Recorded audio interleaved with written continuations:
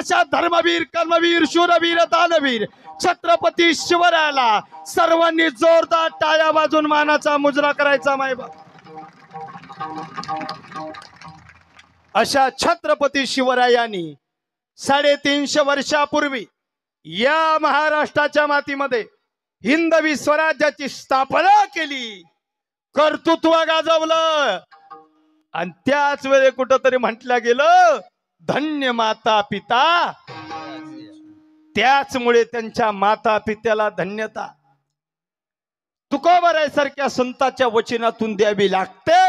या पाठीमाग त्यांनी गाजवलेलं कर्तृत्व आहे। विठाला विठाला विठाला विठाला विठाला विठाला विठाला विठाला विठाला। आणि त्याच शिवरायांच्या पावलावर पाऊल ठेवून, त्याच शिवरायांना जीवनात आदर्श स्थान मानून, त्याच छत्रपती शिवरायांना जीवनात दैवत मानून, त्याच शिवरायांना आपल्या जीवनातला ऊर्जा स्रोत मानून आणि त्यांच्याच पावलावर पाऊल टाकून या महाराष्ट्रातल्या कोट्यावधी मराठ्यांना एकत्र करण्याचं काम सध्या ज्यांनी केलंय त्या योद्ध्याचं नाव आहे मनोज जरांगे पाटील। आणि त्यांच्यासाठी सुद्धा तुकोबारायचे शब्द वापरता येतील। अभंगाचं दुसरं चरण, कुळी कन्या पुत्र। अभंगाच्या दुसऱ्या चरणात महाराज सांगतात, कुडी कन्या पुत्र होती जे सात्विक, तयाचा हरीख वाटे देवा। जणू तुकोबारांचे शब्द जरांगे पाटील नावाच्या व्यक्तीसारख्या व्यक्तीसाठीच वापरले असावे, हे आता सिद्ध होताना दिसते। विठाला विठाला विठाला विठाला विठाला विठाला विठाला। आणि जीवनामध्ये नाव कमवायचं असेल, जीवनामध्ये इतिहास घडवायचा असेल आणि जगात गाजायचं असेल ना, तर जगाच्या वेगळं काहीतरी करावं लागतं गड्या। आणि ते जरांगे पाटलांनी करून दाखवलं। आजच्या कीर्तनामध्ये आपल्याला आरक्षणाची जनजागृती प्रामुख्यानं करायची। बांधवांनो, आरक्षणाविना खितपत पडलेला, आरक्षणाच्या मागणीसाठी वर्षानुवर्ष संघर्ष करणारा हा मराठा समाज आहे। संघर्ष करणारा हा कुणबी मराठा समाज गेल्या 50 वर्षापासून मराठा समाजाला आरक्षण मिळावं यासाठी मराठा समाजाच्या अनेक लढवय्या नेतृत्वानी आरक्षणासाठी लढा उभा केला। परंतु मराठा समाजाला गेल्या 50 वर्षात अजूनही न्याय मिळाला नाही। मराठा समाजाचे नेते कैलासवासी आमदार अण्णासाहेब पाटलांनी सांगितलं, जर माझ्या समाजाच्या पदरात आरक्षण पडत नसेल, जर माझ्या समाजाच्या पोरांना आरक्षणाअभावी नोकरी लागत नसेल, तर माझ्यासारख्या मराठ्याच्या नेत्यानं, मराठ्याच्या आमदारानं मी मराठ्यांचा नेता आहे म्हणून घेणं हे माझ्या तर नियतीला शोभत नाही। मराठा तरुणांचं संघटन केलं अण्णासाहेब पाटलांनी आणि एक शपथ घेतली, शपथ आता मराठ्यांसाठी लढायचं, आरक्षणासाठी लढायचं। पण एक दिवस असा आला, तत्कालीन सरकारकडून निराशा झाली, आरक्षण मिळालं नाही आणि अण्णासाहेब पाटलांनी शपथ घेतली, माझ्या मराठा समाजाला आरक्षण का मिळालं नाही, तर उद्याच्या सकाळच्या उगवत्या सूर्याचं दर्शन घ्यायला हा अण्णासाहेब पाटील जिवंत राहणार नाही। आरक्षण मिळालं नाही आणि अण्णासाहेब पाटील नावाच्या मराठ्याच्या आमदारानं स्वतःच्या डोक्यात गोळी झाडून आत्महत्या केली। हे मराठा आरक्षणासाठीचं पहिलं बलिदान होतं बांधवांनो।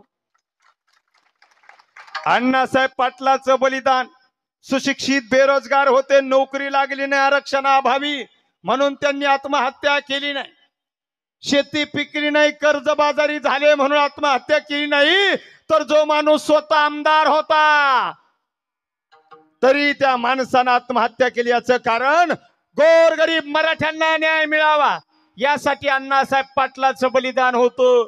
आताच्या मराठ्याच्या एका तरी आमदारानं कैलासवासी अण्णासाहेब पाटलाचा आदर्श घेणं गरजेचं आहे।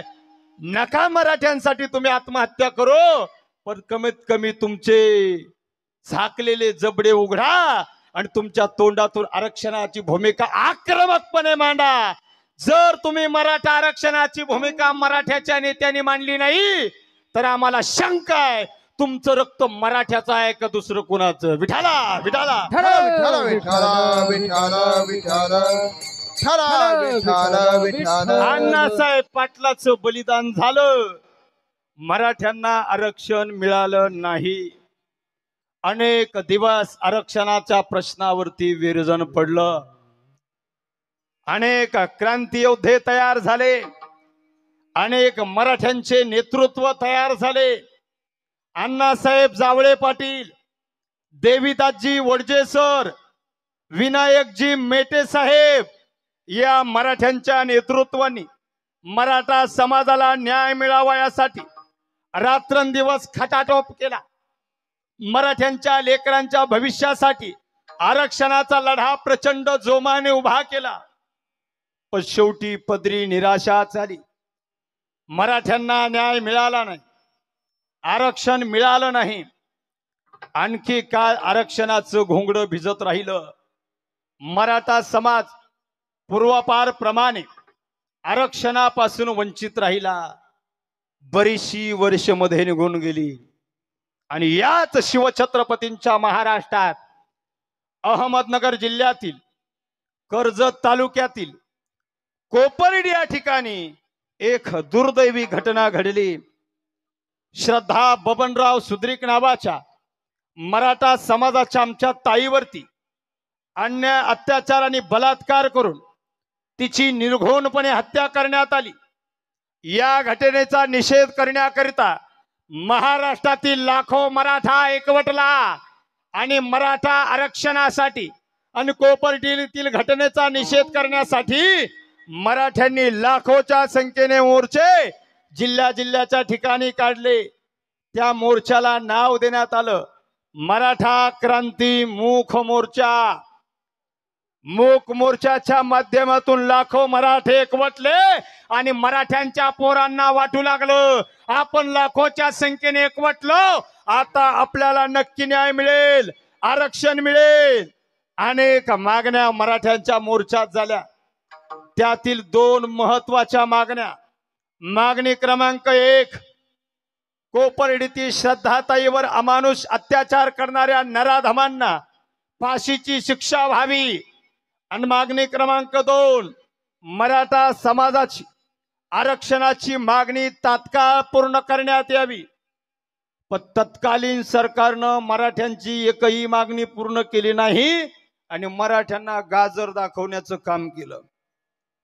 मराठा क्रांती मूक मोर्चे 58 झाले. लाखो मराठे एकवटले पण शेवटी पदरात निराशा पडली. पण शांत बसतील ते मराठे कसले. मराठे पुन्हा एकदा जोमाने पेटून उठले आणि मराठ्यानं नवी ललकार त्या ठिकाणी मांडली आणि मराठा क्रांती ठोक मोर्चा या नावानं मराठ्यांच्या आंदोलनाचं दुसरं पर्व सुरू झालं. दुसऱ्या पर्वात लाखो मराठे पुन्हा एकवटले.